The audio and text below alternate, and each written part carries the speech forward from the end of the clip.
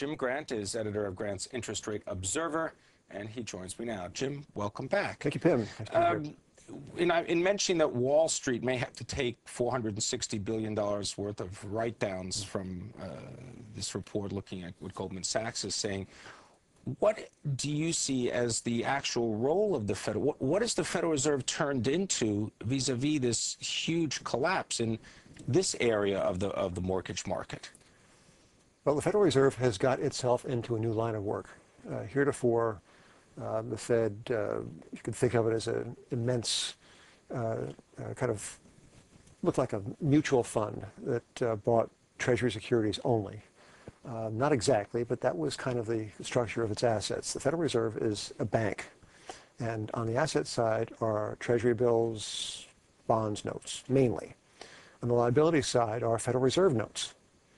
That was then. Since December, when the Fed has gotten itself into the business of helping to revivify the mortgage market, sort of recently to prop up Wall Street, the Fed has taken aboard credit risk. That is to say, it has accepted collateral against which it lends Treasury securities or good hard cash. And this collateral is something new and different. It is mortgage-backed collateral. Now, the Fed preaches a good game of transparency, but it itself holds its cards rather close to its chest. We don't know exactly what kind of collateral the Fed is taking. What we do know is that it is taking new things, mortgage-backed things. Its website will tell you that it is giving these structures, these securities, a very, very light haircut compared to the kind of discounts that are now right. In a sense, they're taking them retail while most people are paying, or best practice on Wall Street is to take very, very deep haircuts on these securities. The Fed, at least according to its website, is much less aggressive in marking down the value of them. So one would expect that banks and brokerage firms seeking accommodation would put forward their less desirable collateral. Something else about the Fed is that it's highly leveraged. We don't usually think about the Fed in these terms, but it is indeed a financial institution. The New York Fed, for example, shows capital of about $10.2 billion.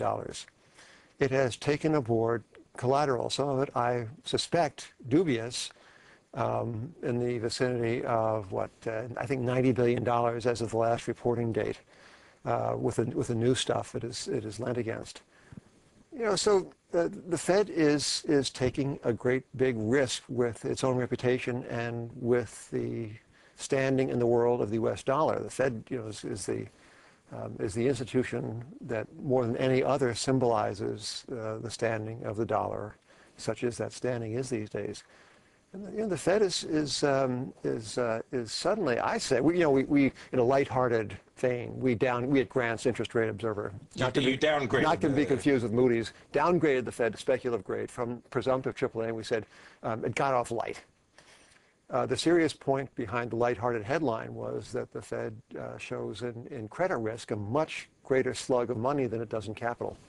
And Jim, first of all, do you have a comment based on what you heard John Snow describe? I mean, well, let's first of all consider that the Fed is doing things today, is undertaking interventions as dramatic as those it performed in the 1930s without the extenuating circumstance of a depression. This country may or may not be in a recession. I guess the White House will let us know in the fullness of time.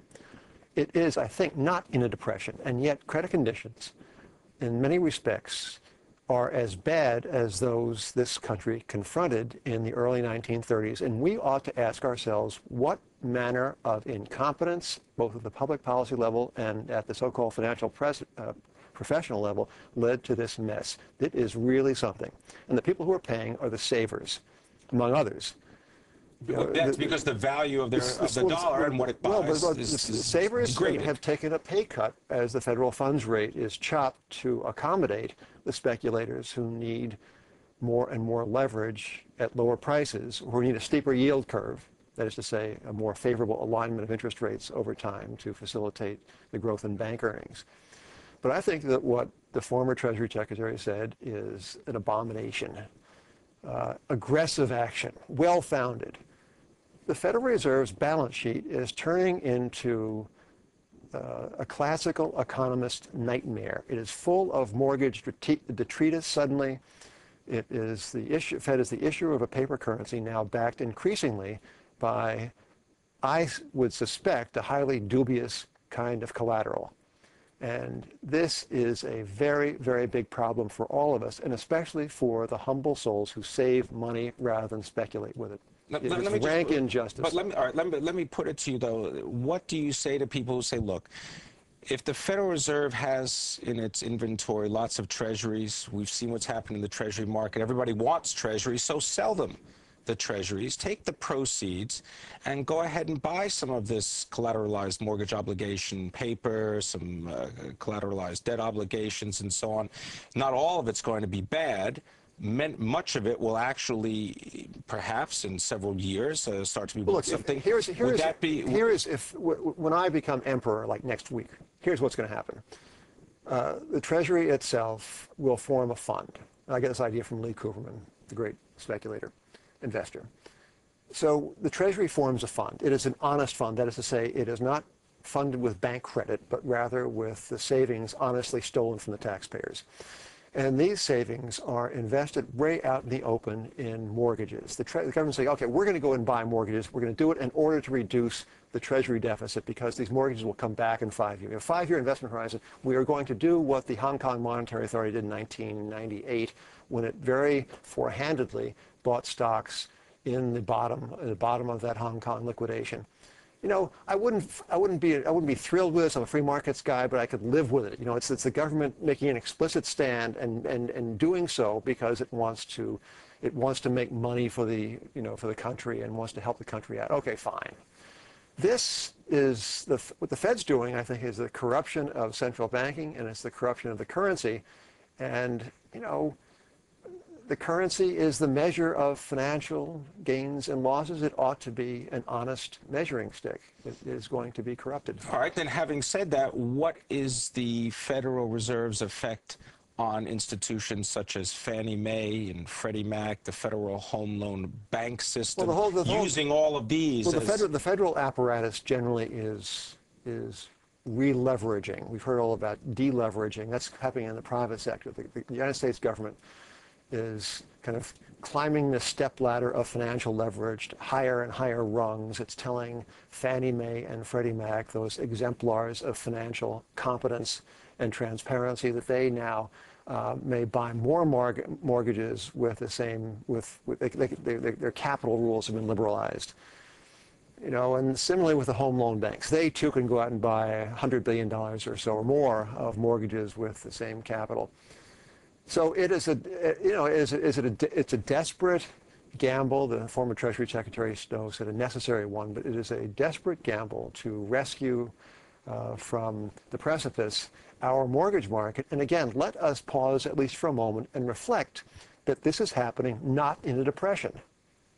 We have brought this on ourselves collectively through unexampled incompetence.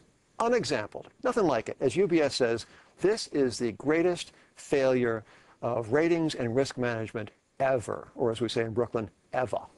But in any case, for a long time, it is a scandal. If it's a scandal, then what do you think the effect is going to be on these institutions such as Fannie Mae, Freddie Mac? Are they just going to be viewed as tools of the federal government? Yes, well, of course they're tools of the federal government, but you know, it depends. A lot of the outcome depends in good part on how low house prices fall. House prices constitute the collateral behind these mortgage structures. House prices go down a lot more, it might be that these mortgages are not very good at all, in which case the stockholders, common and preferred alike, of Freddie and Fannie will be looking at huge losses. And if things go really wrong, the taxpayers will be looking at huge losses. Taxpayers are already looking at huge losses. Jim, okay, it seems pretty clear your thoughts on the Federal Reserve right now. Let's just move it one step further. And where do you think that people ought to be putting their money? If you talk a little bit about Treasuries, that seems to be a magnet for money recently. What about Treasuries? What about gold and the dollar? A friend of mine is responsible for the wonderful quip that Treasuries at these rates of interest constitute a return-free risk. Return-free risk, right? That's good. So something is out of kilter in our credit and monetary world. Treasury yields are knocking on the door of the lows last seen in 2003, 2004. 10-year securities yielding 3.5%, much less than the year-over-year rate of depreciation in the purchasing power of the dollar. That's one observation. The second is that the price of gold, having recently been at 1,000, is now 9, whatever it is, 950, 940. One ought to have, at least for the sake of clear thinking about finance, one ought to have a point of view about which one of these asset classes is the more absurdly valued. And the trouble is that I own gold personally, and therefore you ought not to listen to anything I say about it. Gold is the value investor's guilty pleasure. It yields nothing. There's no stream of dividends. You can't value it, P ratio management. But it is a hedge against the depredations of our masters in the Treasury and the Fed. Therefore, I hold it, not knowing what it's going to return, not having any sense of how to value it. Its price is the reciprocal of the world's stock of faith in the person of Ben S. Bernanke and others like him. So I say the Fed is worthy of less credit and confidence, ergo the price of gold, other things being the same, ought to go higher. Thinking that, I am necessarily led to think that Treasuries are about as compelling a value as the kind of stuff you find in your hotel minibar. Who'd have thunk it that only a generation after the great holdup of creditors and savers during the 70s, that the market again would submit to yields of what they call negative real yields, yields less than the rate of inflation, but the credit market has. People will say, and not and defensively, you can defend this. They say that, look, what you don't worry about it in a credit crisis is inflation. Credit crisis is about the destruction of credit, therefore about the destruction of the capacity of our credit institutions to create new claims on money. Ergo, it is deflationary. And I don't dismiss that argument lightly, but I think that the so extreme and violent is this intervention by the Fed, and so risk-fraught is its taking aboard of these mortgage obligations as collateral, that the chances of a disastrous run on the dollar, the chances of a worldwide loss of confidence in this piece of paper of no intrinsic value, those chances have gone up. They never were great. The chances of calamity are never great. But the chances of a dollar-based calamity, I think, are much more insignificant now than they were. This tail risk has moved kind of rather towards the middle of the conversation. So many countries tie their currencies to ours, and these countries, most of them, are suffering a terrible run of inflation. Saudi Arabia reported inflation like 8.7%. It had to cut its interest rate in sympathy with the Fed's cut just to keep its currency, its real tied to the dollar. So I think that the dollar is becoming a very big problem for them, that is to say our foreign friends who lash their currencies to it, and also to us, people who save and use it. I think the risk over a medium-term horizon, 1, 3, 5 years, is a very severe inflation. When you talk about very severe inflation, won't that then be good, though, for the stock market? I mean, and bad, as you've described, for the bond market? No, are we going to see stock investors latch on to this? I would not be so quick to jump to that conclusion. Also, I mostly, what I don't know about the stock market would fill many more programs of this length. But the experience of the late 60s when latent inflation became manifest, from the late 60s to the conquering of inflation, say in the early 80s, it was like between 1966 and 1982, the stock market was at 1,000. It made a line for those 15 or so years, whatever they were, 15 or 16 years. It was a trading range for that long. So inflation, some things do well in inflation, but the market itself, I think you'd be hard-pressed to say on historical evidence, does great. Is there a silver lining in any of this, Jim? Of course there is. What's the silver lining? And silver. And gold, as you mentioned. Is there something, though, that can happen between the housing prices stabilize or something? At my publication, we only half facetiously call these terrible markets of ours the Value Restoration Project.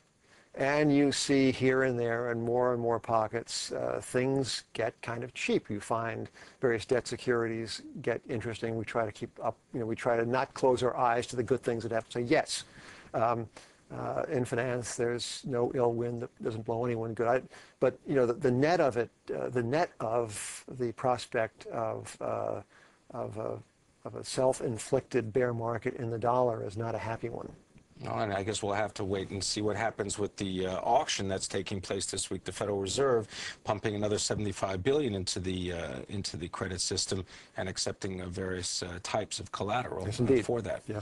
Thank you very much, Jim. You're welcome. As always, of Interest Rate Observer. Appreciate you coming in and look forward to having you back. Thank you.